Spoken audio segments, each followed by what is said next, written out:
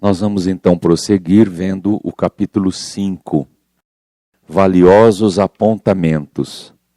Vamos apenas lembrar que o instrutor, o ministro Clarencio, junto com André Luiz e Hilário, estão acompanhando o caso de uma obsessão. O espírito Odila está perseguindo Dona Zulmira. E nós vimos que bastou a Zulmira dormir, sair do corpo físico, que o espírito Odila veio assediá-la, culpá-la da morte do garotinho, e ela, desesperada, saiu correndo em direção à praia, onde aconteceu o afogamento do menino Júlio. Nós paramos aí, quando ela se dirigiu para a praia. Nós vamos então ver agora esses apontamentos valiosos no capítulo 5. Então vamos lá. Alcançáramos a orla do mar em plena noite. A movimentação da vida espiritual era aí muito intensa. Desencarnados de várias procedências reencontravam amigos que ainda se demoravam na terra, momentaneamente desligados do corpo pela anestesia do sono. Dentre esses, porém, salientava-se grande número de enfermos. Anciães, mulheres e crianças, em muitos aspectos diferentes, compareciam ali, sustentados pelos braços de entidades numerosas que os assistiam. Conversações edificantes e lamentos doloridos chegavam até nós. Serviços magnéticos de socorro urgente eram improvisados aqui e além. E o ar, efetivamente confrontado ao que respirávamos na área da cidade, era muito diverso. Brisas refrescantes sopravam de longe, carreando princípios regeneradores e insuflando em nós delicioso bem-estar. O oceano é miraculoso reservatório de forças, elucidou Clarencio de maneira expressiva. Até aqui, muitos companheiros de nosso plano trazem os irmãos doentes, ainda ligados ao corpo da terra, de modo a receberem refazimento e repouso. Enfermeiros e amigos desencarnados desvelam-se na reconstituição das energias de seus tutelados. Qual acontece na montanha arborizada, a atmosfera marinha permanece impregnada por infinitos recursos de vitalidade da natureza. O oxigênio sem mácula, casado às emanações do planeta, converte-se em precioso alimento de nossa organização espiritual, principalmente quando ainda nos achamos direta ou indiretamente associados aos fluidos da matéria mais densa. Veja que interessante. Eles chegaram à praia, estão aguardando a Odila e a Zulmira, eles se anteciparam, e André Luiz percebeu o ambiente na orla marítima. Muitos espíritos desencarnados ali presentes. Muitos benfeitores, muitos amigos espirituais, traziam até ali espíritos encarnados, muitos doentes, necessitados de auxílio, e ali eles auxiliavam esses espíritos, através do refazimento energético, aplicando energia sobre eles e utilizando os recursos próprios da natureza. No caso aqui, é uma cidade praiana, os recursos do oceano. E aí o instrutor esclarece, dizendo: o oceano é miraculoso reservatório de forças. Aqui, serviços magnéticos de socorro urgente são improvisados. Há um livro chamado Deus Conosco, onde Emmanuel instrui o pessoal do grupo em Pedro Leopoldo, quando o Chico estava no começo das tarefas mediúnicas. O patrão do Chico, lá da Fazenda Modelo, que dirigia essa reunião. Ele e a esposa vão viajar para o Rio de Janeiro. Sair de Pedro Leopoldo e viajar para o Rio de Janeiro. Então Emmanuel fala com eles que eles farão a boa viagem, que eles necessitam se ausentar das reuniões por problemas que ele tem que resolver da profissão dele no Rio de Janeiro. E Emmanuel recomenda que entre esses dias que ele vai estar no Rio de Janeiro, que ele e a esposa busquem o mar. E que eles encontrem um momento favorável de andarem na areia, deixar a água do mar tocar. E ele diz assim: nós viemos da água. E durante a existência física, presos ao corpo físico, é muito importante que, vez por outra, nós voltemos à água para nos refazermos. Aí Emmanuel explica o que o ambiente marinho, o oceano, como ele está impregnado de recursos que ajudam o indivíduo. É uma coisa interessante, às vezes a gente não pensa. No nosso corre-corre, quando a gente tem a oportunidade de ir para a praia, a gente vai com o queijo coalho, camarão, cerveja, com o celular na mão, acaba levando tudo para lá. Tudo bem, faz parte, mas quando for ao mar, encontre um tempinho. De manhã, a hora que a turma está dormindo, ou à tarde, a hora que a turma voltou, vá, ande sozinho, pise a água, a areia, respire, aproveite o ambiente, sente lá numa rocha, medite um pouquinho, veja o mar. Isso auxilia muito, é recurso da natureza. Alguém poderia falar assim: então nós estamos danados, que nós estamos longe do mar, como é que nós vamos fazer? Mas lembra que ele disse aí que também as montanhas arborizadas, e em outros livros o André Luiz se refere à força da natureza no campo, lembram? Mas ele fala que tem que ser um ambiente aberto, campo. Então os campos, pomares, não locais de mata fechada. A mata fechada ela é insalubre, não há corrente de ar, então é asfixiante. Você veja que em mata fechada tem mais inseto, mais animais peçonhentos, da escuridão. Então ele diz que a mesma coisa, no livro Os Mensageiros, ele vai fazer um culto do Evangelho, ele leva os espíritos para o campo, onde há pomares, árvores, onde se respira, é a mesma coisa. Então o mar, as montanhas arborizadas, o campo, são lugares em que a gente se refaz espiritualmente. Os recursos da natureza agem diretamente no corpo espiritual. Então isso é muito bom. O irmão Jacó levam para o mar, porque o Jacó morava no Rio de Janeiro. Então esses locais, eles aproveitam e levam as pessoas à praia mesmo. Lá que é feito o desligamento dele, lembra? Porque é um ambiente que favorece. Então é interessante a gente anotar isso. Então eles chegaram lá, eles estavam repletos de espíritos desencarnados, ajudando espíritos encarnados. Então vamos lá. Passávamos agora na vizinhança de uma dama extremamente abatida, quase em decúbito dorsal à frente das águas, recolhendo o auxílio magnético de um benfeitor que se iluminava no serviço e na oração. Clarencio deixou-nos por momentos, conversou algo com um amigo a pequena distância e regressou informando: trata-se de irmã do nosso círculo pessoal, assediada pelo câncer. Foi retirada do veículo físico através da hipnose, a fim de obter a assistência que lhe é necessária.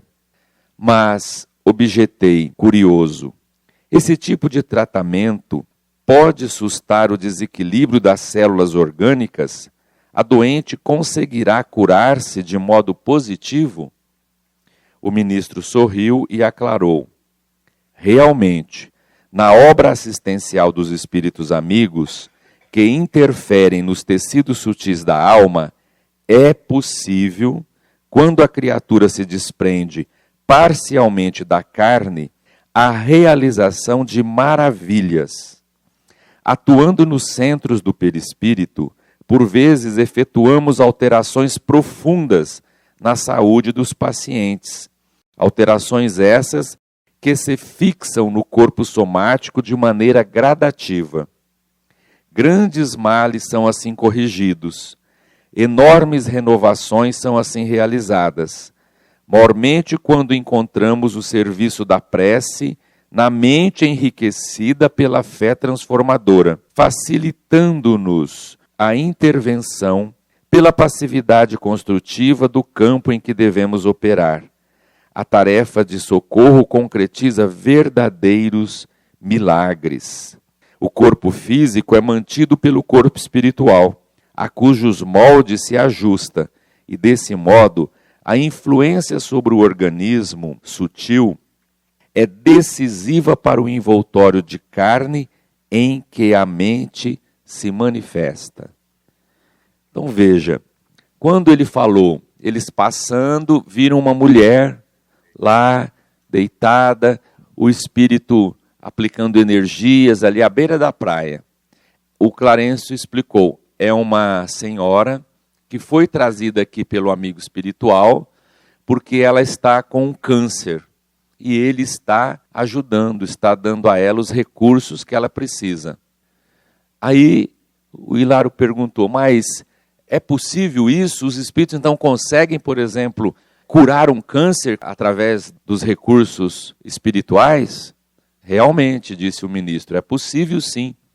Durante o sono físico, o trabalho assistencial dos espíritos consegue muita coisa, até ao ponto de fazer uma transformação no interior das células, mudando, por exemplo, uma enfermidade. Uma pessoa tem câncer, de repente pode ficar curada.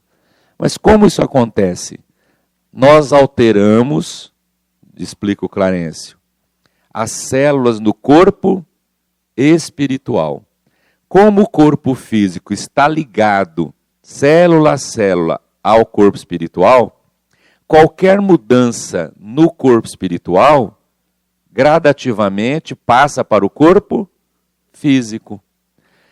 A nossa medicina ainda é de tratar efeitos e não causas. Dá o remédio, vai remediando, às vezes a enfermidade volta, o problema volta, porque cuida do efeito.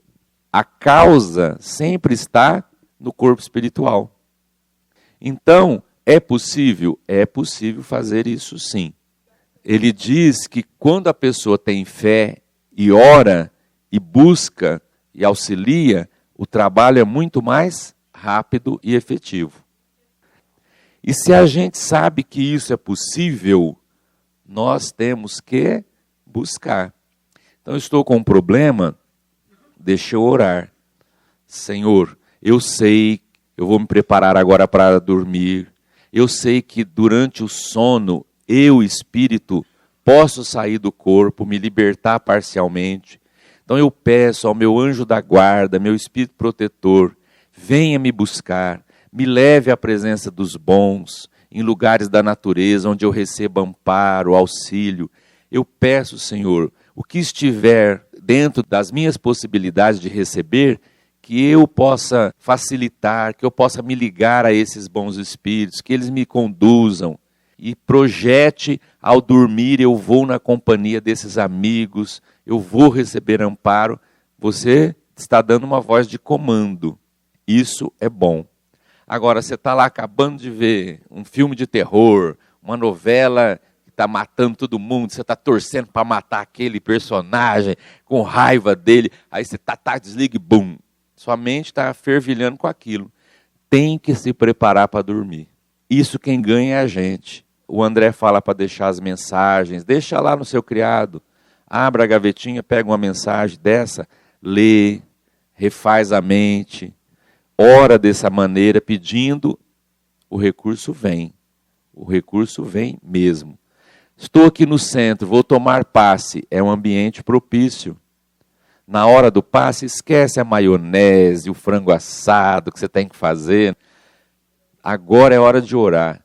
Espíritos bondosos, eu sei que vocês estão aqui presentes. Equipe de auxílio, o ambiente é propício, que agora na hora do passe eu receba um tratamento, eu receba auxílio, eu sei que é possível. A gente ora é outra coisa, gente. Agora, só fechar o zoinho e ficar assim, ai meu Deus, na hora que acabar eu tenho que ver isso, tenho que ver aquilo, tenho que ver aquilo. Você coloca barreiras vibracionais e prejudica a assistência espiritual. Então a gente tem que fazer esforço. Alguém pedir para você orar, elas não fazem, você ora. O auxílio sempre vai, só que não tanto como poderia chegar, porque ela fica refratária. Por isso que a gente tem que buscar. Mas aí entra a fé raciocinada. E por que há pessoas boas, que têm mérito, que oram e não curam? Olha só. Nesse ponto das explicações, porém, o ministro abanou a cabeça e ajuntou: nossa ação, contudo, está subordinada à lei que nos rege. Existe uma lei que nem os espíritos podem interferir e alterar. Nem os espíritos. No problema de nossa irmã, o concurso de nosso plano conseguirá tão somente angariar-lhe reconforto. A moléstia, em razão das provas que lhe assinalam o roteiro pessoal, atingiu insopitável extensão. Então, no caso dela, ela vai se curar? Não. Olha lá o que ele diz. Nossa ação, contudo, está subordinada à lei que nos rege. No problema de nossa irmã, o concurso de nosso plano conseguirá tão somente angariar-lhe reconforto. Vai aliviá-la, vai dar para ela recursos de paz, né? Ela vai se sentir reconfortada, mas não vai curar, ela vai desencarnar com o câncer. Porque existe uma lei. Então, você pode ter o mérito que você tem, tudo. Você orar, pedir. Se a lei divina estabeleceu isso como necessidade para você, a lei vai dar para você o que é melhor. E, neste caso, o melhor para ela é a desencarnação com a enfermidade. A lei não vai mudar. Aí que entra a fé raciocinada, a resignação. Senhor, eu estou assim, eu peço recurso. Estou vendo que eu estou piorando. Senhor, eu peço recurso. Eu gostaria, mas se a vontade divina achar que para mim o melhor é diferente, então me dê forças, que eu consiga me libertar com facilidade. Me dê os recursos que eu preciso, me ampare nesse momento. É uma fé raciocinada. Ou a gente crê ou não crê. Se eu creio que tem uma lei divina, que Deus é justo, tudo o que acontece está certo, é o melhor para nós. Ah, mas eu queria. Todo mundo quer. Você vai com uma pessoa que tem 92 anos, ela fala, não, ainda não quero ir não. Eu ainda tenho muita coisa para fazer. A pessoa não quer. É um instinto de conservação, mas a gente tem que ter fé raciocinada. Então, há situações que os espíritos alteram, é possível. Há situações que não. Lembra lá no Evangelho segundo o Espiritismo, quando Allan Kardec vai fazer uma reunião, e eles levam um dos da Sociedade Parisiense de Estudos, levam uma menina cega na reunião. Evocam o cura d'Ars Vianney. E aí eles dizem assim, ele curou tanta gente, e eles evocam e pedem para o Vianney curar a menininha cega. Vianney vem e diz, fala com todos e fala com a menina. Menina, tenha fé. Por enquanto, não é possível. Aí eu fiz um estudo dessa mensagem. Vianney curou gente aqui na Terra. Foi chamado, foi lá, estava lá, menina lá. Por que ele não curou a menina? Ele não podia? Ou ele não quis? Querer, os bons sempre querem. Ele podia, ele tinha recurso? Tinha. Mas ele não pôde fazer isso por causa da lei. Aquilo era necessário para a menina.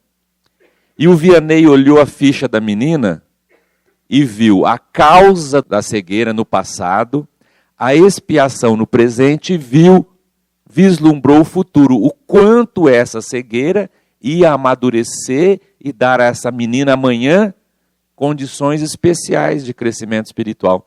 Então, para que ele vai tirar a oportunidade dela crescer? Se a lei diz que isso é necessário. Então ele diz, por enquanto, minha filha, tenha fé. E lembre que bem-aventurados são os que têm os olhos fechados, porque muitos vão se perder porque tem o olho aberto. Então, se ele abrisse os olhos dela, talvez ela se perderia de novo. Não aproveitaria a vida. Então, há situações que são necessárias para nós. E são necessárias mesmo. E não adianta. Você vê um Chico Xavier cheio de doença, tem uma razão para isso. Uma irmã Dulce tem um pedacinho só do pulmão funcionando, a mulher nunca fumou, nunca fez nada na vida, nem um pecadinho. E você conhece gente aí que fuma desde os 10 anos de idade, que bebe tudo, que faz tudo, não pega nem resfriado. Não é assim? Então tem razões na vida que a gente precisa entender. É a fé raciocinada. Tinha uma razão para a irmã Dulce viver aquilo. Tem uma razão para o Chico passar por aquelas situações. Nada é por acaso. E aí você vê, porque nós somos assim, temos fé ingênua, porque um estudo que renova a mente, vem 50 pessoas. Faz aqui domingo de manhã um médio operador que cura tudo. Não cabe nesse centro. Vem 30, 80 ônibus, porque nós queremos coisa imediata, fácil. Nós queremos tirar vantagem. Ninguém quer se renovar, saber o porquê, entender os mecanismos da vida. A gente quer resolver. Falou que estão fazendo, o povo corre atrás. Porque ainda a massa tem uma fé ingênua e interesseira, porque não é só ingenuidade, não. A pessoa quer tirar vantagem, quer coisa rápida. É suportar as lutas. Jesus curou doentes? Curou. Curou todos os doentes? Não. Porque nem todos podiam ser curados. Nem ele muda a lei divina. Então a gente precisa entender. Se a minha necessidade for passar por tal situação, eu vou ter que entender isso. Há pessoas que estão com 90 anos, 98, ai, estou esperando Deus me buscar, não aguento mais, estou cansada. E tem gente com 18, está morrendo, eu queria viver, tem tantos planos, meu Deus, eu quero viver, eu quero viver. A lei é que vai dizer a necessidade de cada um. É o que está vendo, é o que está sentindo. Tudo o que acontece à nossa volta está estabelecido por uma lei. A lei vai alcançando a todos. Por exemplo, um jovem que está com câncer está desencarnando. Isso é a necessidade daquele espírito. Mas isso também influencia indiretamente os familiares, que vão aprender com isso, que vão repensar um monte de coisa na vida. Tudo tem uma função. Tudo a lei estabelece, não é? E a lei divina aproveita tudo. Às vezes, um que está ali dentro da família não aproveita.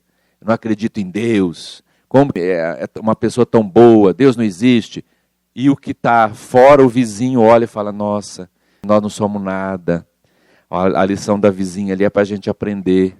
Ontem estava ótimo, hoje está na cama. Isso pode acontecer comigo. E se for comigo? Eu vou ter paciência, eu vou aceitar. Eu preciso pensar melhor. Às vezes eu reclamo da vida, ó, moça nova, partindo, e eu com tanta chance, e reclamando, e malbaratando. Então vai depender de como a gente vê. Tudo a gente tira coisa positiva, até de uma dor assim. Então vamos lá.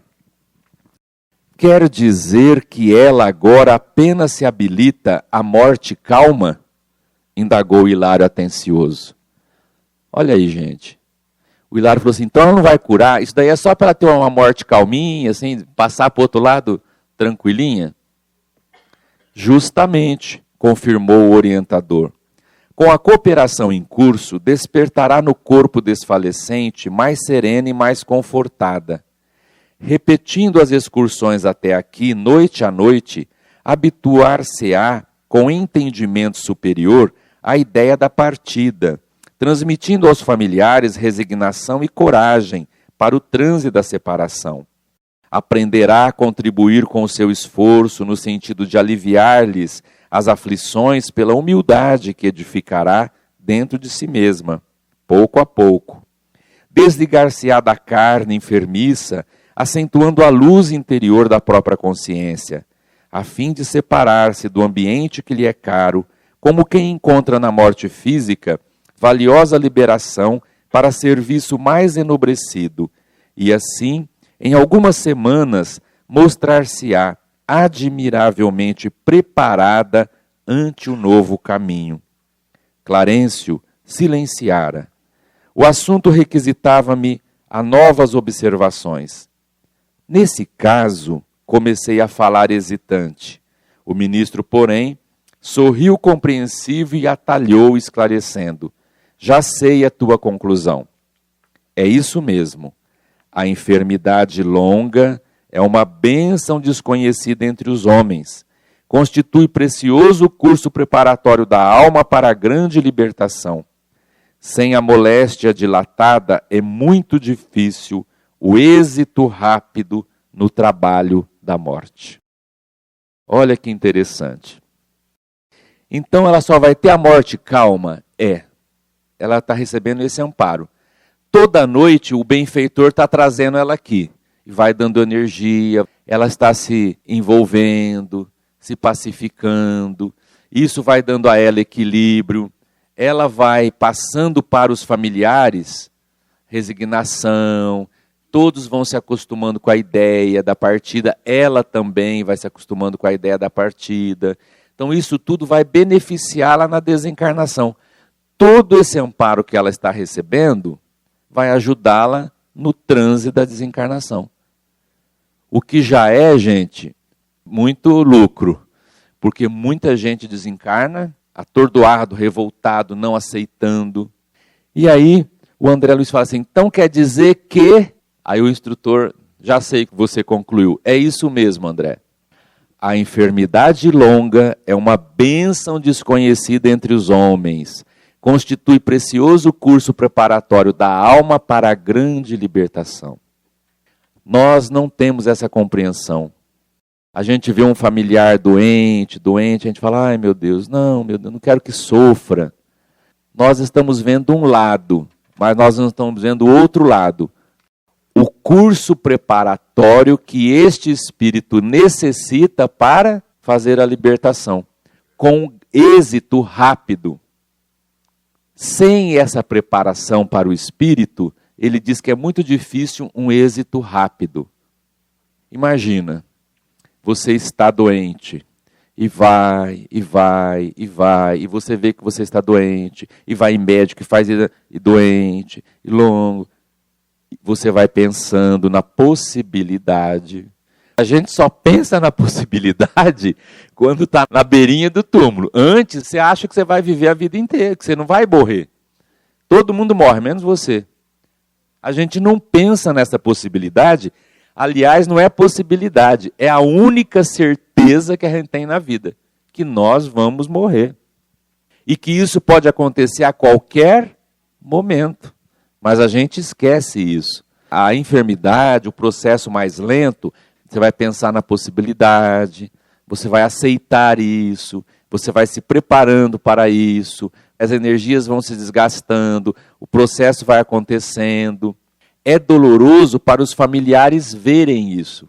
Pessoas de vida saudável, agora está magrinha, na cama, debilitada. É difícil, mas é um curso preparatório.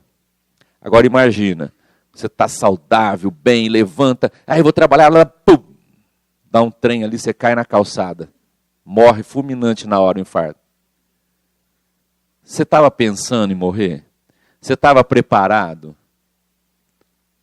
Isso atordoa o espírito. A enfermidade demorada faz você pensar na vida, os erros que você cometeu, o arrependimento necessário. Muitas vezes as pessoas chamam gente que está brigado, me perdoa. Isso tudo vai preparando a gente, facilita. Agora você levanta para ir trabalhar e puf, é difícil para o espírito. Por isso que ele diz que o êxito rápido é muito difícil. A não ser que o espírito tenha uma lucidez, uma lógica, e ele entenda mais facilmente e aceite o que a maioria não aceita. A gente acha que morrer de repente, sem dor, sem problema, é o melhor. Não é para todos, não. O êxito é difícil. A pessoa, ela é amparada? É. Mas a pessoa não aceita que morreu. Como isso aconteceu? Não sei o que lá. E a coisa que eu tinha que fazer, está ainda presa tudo aquilo. A enfermidade longa vai fazendo a gente entender que ninguém é insubstituível. Que tudo continua no mundo se a gente morrer. Que nada para. Nós somos só um parafusinho nesse sistema. Tira, põe outro. Deixa eu orar para o André aceitar isso. Ele é que vai ter que despertar. A nossa oração vai ajudá-lo de alguma forma, mas não faz a pessoa entender. Isso é de cada um. O caso da Vera ali, o câncer no Tonini, consciente, ele acordou, falou para ela, Vera, eu vou desencarnar. Eu estou sentindo os pés gelando, os membros todos gelando, põe cobertor no meu pé e ali... Estou indo embora, deu orientação para ela ali, conversou, falou dos filhos, fica tranquila, eu estou indo embora, sentiu que ia morrer. E você ali do lado, a pessoa consciente, e ele falando, não, você fique tranquila. É difícil, é um momento doloroso. Mas é a partida, é a separação momentânea, mas a gente tem que ter força. Você leu o Evangelho, né, Vera, com ele, fez prece, sabendo que ele estava indo embora. E viu ele fechar o olho e ir embora. É difícil. É heroína a Vera nesse sentido. Porque qualquer outra... Você veja, o esposo da Vera tinha uma consciência, sabia que ia, foi aceitando. Diante da medicina, os médicos falaram para ele fazer tal coisa, ele falou, não vou fazer mais isso. Que eu sei que isso não vai resolver o meu problema. Eu vou desencarnar, estou sentindo, não quero fazer mais a quimioterapia que está me prejudicando muito, não vai resolver.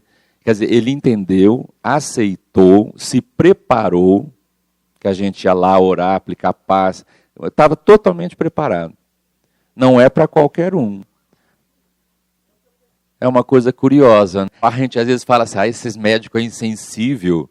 Não é, é que eles veem isso todo dia. É a mesma coisa, quem trabalha com idoso, quem trabalha com doente terminal, todo dia morre um. Como a gente está fora... Isso é esporádico, demora. Mas quem lida com isso é todo dia. É um processo natural que a gente precisa aprender a pensar. Vai perdoando. Que ficou problemas pendentes. E há casos em que a pessoa que está para desencarnar retém, até que chega a pessoa que pede perdão, aí libera. É engraçado. É muito curioso isso. Diante de um parente, de um amigo que a gente vê nessa situação, é difícil, mas vamos lembrar isso, é um curso preparatório. A morte súbita é mais difícil para o espírito e também para os familiares. Porque você vê a pessoa doente, você vai acostumando. Ele sai para trabalhar e não volta, é um choque, é uma coisa mais difícil.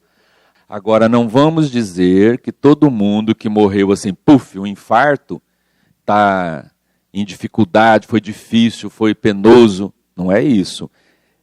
O êxito é mais difícil da pessoa se restabelecer logo. É mais difícil, mas não é impossível. Há pessoas que têm mais probabilidade de aceitação, de entendimento. O Chico Xavier respondeu uma entrevista, ele fala... que, embora mais difícil para a gente assistir e acompanhar, a morte assim lenta é melhor para o espírito, ele fala. Então vamos lá para encerrar. Nesse instante, contudo, Zulmira e Odila chegavam à praia em sítio não longe de nós. Clarencio recomendou-nos atenção. Rodeamo-las prestamente, qual se fossem irmãs enfermas sob a nossa guarda. Nenhuma nem outra nos identificavam a presença. Tampouco pareciam interessadas pelo movimento no logradouro.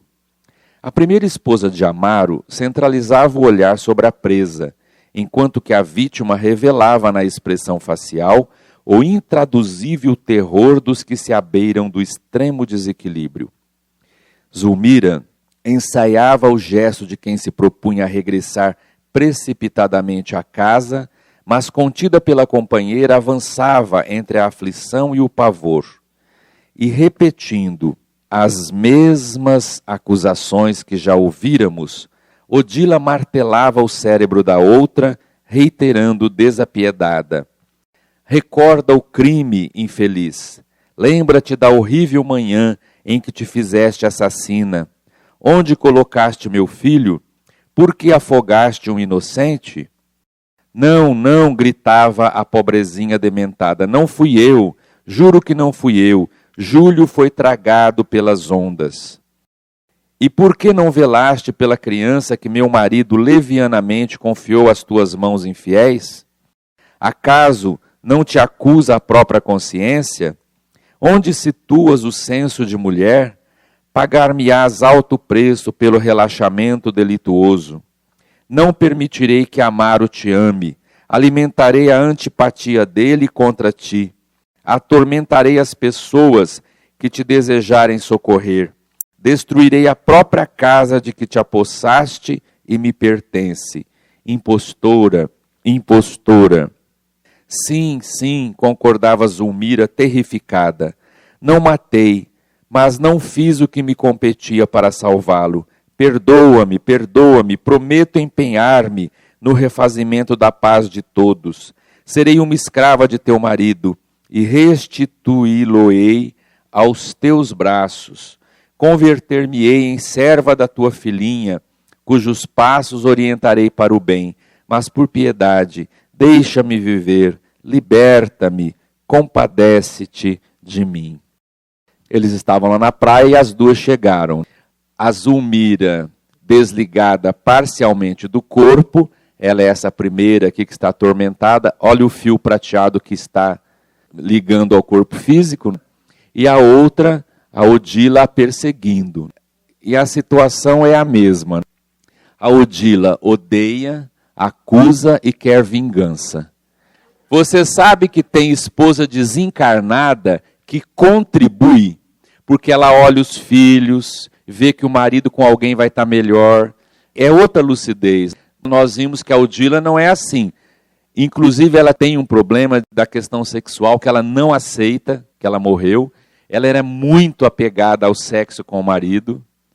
E a segunda esposa, quando veio, ela começou a perturbar, porque ela não tratava bem os filhos. Esse é o problema. Porque já pensou se a Zulmira se debruçasse sobre as crianças? Tadinhos, a mãe partiu, eu vou ajudar, você é a companheira. Você acha que a Odila ia fazer mal para ela? Não, você faz bem para os filhos, a mãe é agradecida. Agora, mexeu com os filhos, mexeu com a galinha choca, fica brava. Esse é o problema da obsessão. Não é o caso de vir tomar o lugar da outra, nada disso. Por isso que a Odila está assim, perseguindo. Ela odeia, ela acusa, ela quer vingança. E a Zulmira está em aflição, um pavor, porque ela está sendo perseguida, e ela está pedindo perdão. Me perdoa, eu errei. Mas a outra está firme, querendo vingança. Quando ela saiu do corpo, magneticamente a consciência dela culpa aquela manhã de domingo que ela deixou o menininho morrer. Ela é atraída para o local do crime. É a mente. Por isso, tudo que a gente faz fica guardado em nossa mente. Ninguém pode estar sabendo. Eu fiz escondido de todo mundo. Mas está na sua consciência. E a lei de Deus está escrita na consciência. Por isso que você pode fazer alguma coisa errada, ninguém saber. Você sabe, a lei vai te cobrar um dia. Encerrando.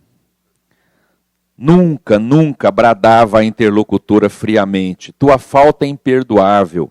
Mataste, deves confessar o delito perpetrado à frente da polícia. Dobrar-te-ei a cerviz, serás recolhida à penitenciária, para que te mistures às delinquentes de tua laia. Não, não, suplicava Zulmira com sinais comoventes de angústia. Se não aniquilaste meu filho, bradava a outra, cruel, devolve-o aos meus braços, devolve-o, devolve-o. Veja que ela não sabe onde está o menino. Ela não tem consciência espiritual para entender as coisas. Ela acha que o menino está do bar das águas lá no oceano. Ela não tem entendimento da vida espiritual. É um espírito comum, sem maiores aberturas psíquicas. Então ela está atormentada, ela quer o filho de volta. Nesse momento, ambas se achavam à frente de determinada nesga da praia.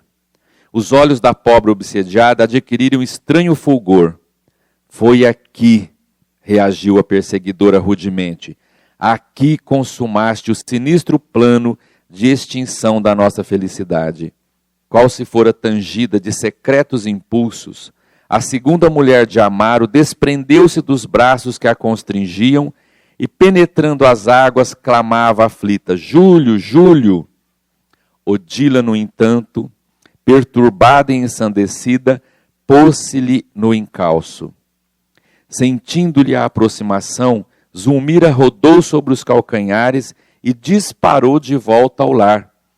Acompanhamos as duas na competição a que se entregavam, sem perdê-las de vista. Varando a casa incontinente, dando a ideia de que o corpo adormecido era poderoso magnete a atraí-la, Zulmira despertou, alagada de suor, conservando no cérebro de carne a impressão de que vagueava em terrível pesadelo. Tentou gritar, mas não conseguiu.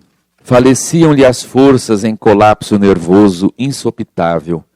A dispneia castigava-a com violência, enquanto as coronárias se mostravam entumecidas.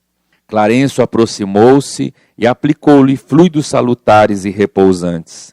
Acalmou-se-lhe o coração vagarosamente, o campo circulatório tornou a feição normal.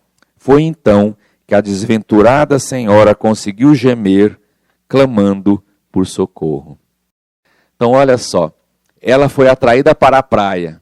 Quando chegou no local onde ela deixou o menino morrer, ela ficou desesperada. Ela entrou na água e começou a gritar pelo menino. Vê que Zulmira também. Júlio, Júlio. E a outra veio com ódio, ela saiu correndo, a outra correndo atrás, perseguindo.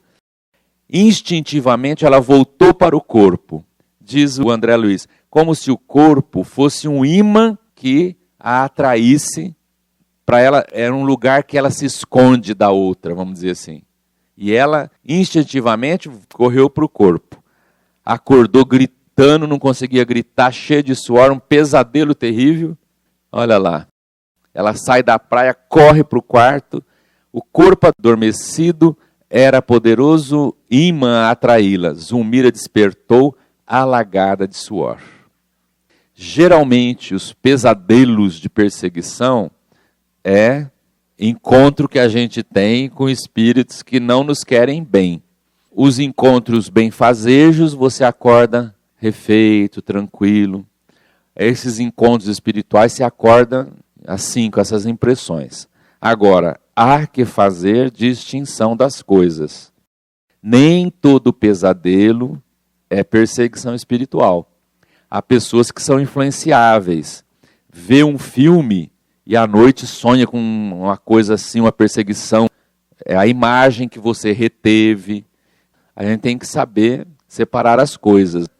Mas a perseguição espiritual causa esse estado. A gente chega no corpo, né, fugindo mesmo de um perseguidor.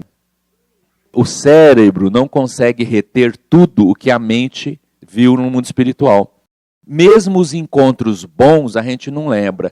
Tem pessoa que fala assim, ó, eu sonhei com meu pai, eu estava num lugar bonito, eu conversei com ele, eu não lembro nada do que nós falamos. Eu acordei com a certeza que eu encontrei meu pai, mas não lembra nada.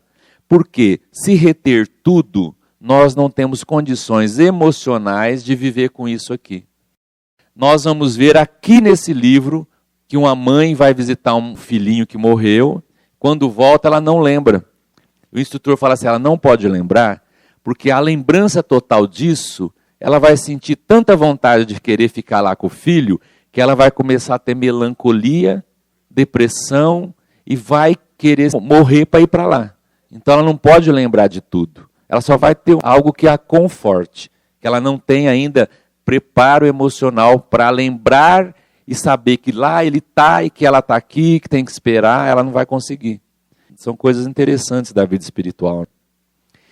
Muito bem, gente, a gente encerrou hoje e semana que vem a gente vai prosseguir no capítulo 6, Num Lar Cristão. Aí a gente vai começar a já caminhar para entender o porquê das coisas desta família com o passado deles, ok?